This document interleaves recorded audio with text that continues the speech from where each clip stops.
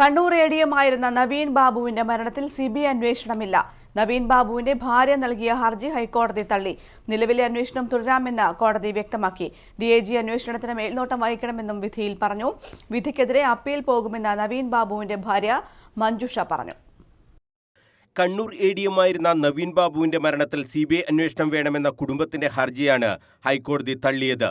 നവീൻ ബാബുവിന്റേത് കൊലപാതകമാണെന്നും കെട്ടിത്തൂക്കി കൊലപ്പെടുത്തിയതാണെന്നുമായിരുന്നു നവീൻ ബാബുവിന്റെ ഭാര്യ മഞ്ജുഷ നൽകിയ ഹർജിയിൽ പറഞ്ഞിരുന്നത്. കേസ് സംസ്ഥാന പോലീസ് അന്വേഷിച്ചാൽ രാഷ്ട്രീയ പക്ഷപാതപരമായ അന്വേഷണം മാത്രമാണ് നടക്കുകയെന്നും ഹർജിയിൽ ആരോപിച്ചിരുന്നു. ഇതിൽ നടന്ന വാദപ്രതിവാദത്തിന് ഒടുവിലാണ് ഹൈക്കോടതി ഉത്തരവ് വന്നത്. നിലവിൽ പ്രത്യേക അന്വേഷണ സംഘം നടത്തുന്ന അന്വേഷണം തുടരാമെന്ന് കോടതി വ്യക്തമാക്കി. ഈ അന്വേഷണത്തിന് കണ്ണൂർ ഡിഐജി മേൽനോട്ടം വഹിക്കണമെന്നും കോടതി നിർദ്ദേശം നൽകിയിട്ടുണ്ട്. നിലവിലെ അന്വേഷണവുമായി ബന്ധപ്പെട്ട പൂർണ്ണ വിവരങ്ങൾ പ്രത്യേക അന്വേഷണ സംഘം ഹൈക്കോടതിയിൽ നൽകിയിരുന്നു. കേസ് ഡയറി അടക്കം കോടതി പരിശോധിക്കുകയും ചെയ്തു. നവീൻ ബാബുവിന്റേത് ആത്മഹത്യ തന്നെയാണെന്നും ഒരു തരത്തിലുള്ള രാഷ്ട്രീയ ഇടപെടലും അന്വേഷണത്തിൽ ഉണ്ടായിട്ടില്ലെന്നും സംസ്ഥാന സർക്കാരും കോടതിയിൽ നിലപാട് വ്യക്തമാക്കിയിരുന്നു. നിലവിലെ അന്വേഷണത്തിൽ ഒരു പോരായ്മയുമില്ലെന്ന വാദം സർക്കാർ കോടതിയിൽ വ്യക്തമാക്കി.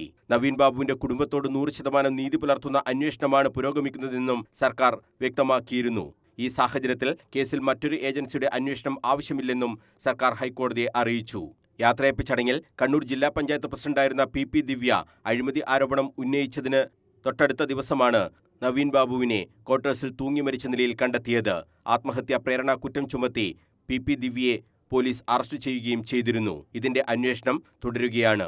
ഹൈക്കോടതി വിധിയിൽ തൃപ്തിയില്ലെന്നാണ് നവീൻ ബാബുവിന്റെ കുടുംബം വ്യക്തമാക്കുന്നത്. വിധിക്കെതിരെ അപ്പീൽ നൽകുമെന്ന് നവീൻ ബാബുവിന്റെ ഭാര്യ മഞ്ജുഷ മാധ്യമങ്ങളോട് പറഞ്ഞു. ഹൈക്കോടതി ഡിവിഷൻ ബെഞ്ചിനെയോ സുപ്രീം കോടതിയെയോ സമീപിക്കുമെന്നാണ് കുടുംബം വ്യക്തമാക്കുന്നത്. News bureau, Kannur.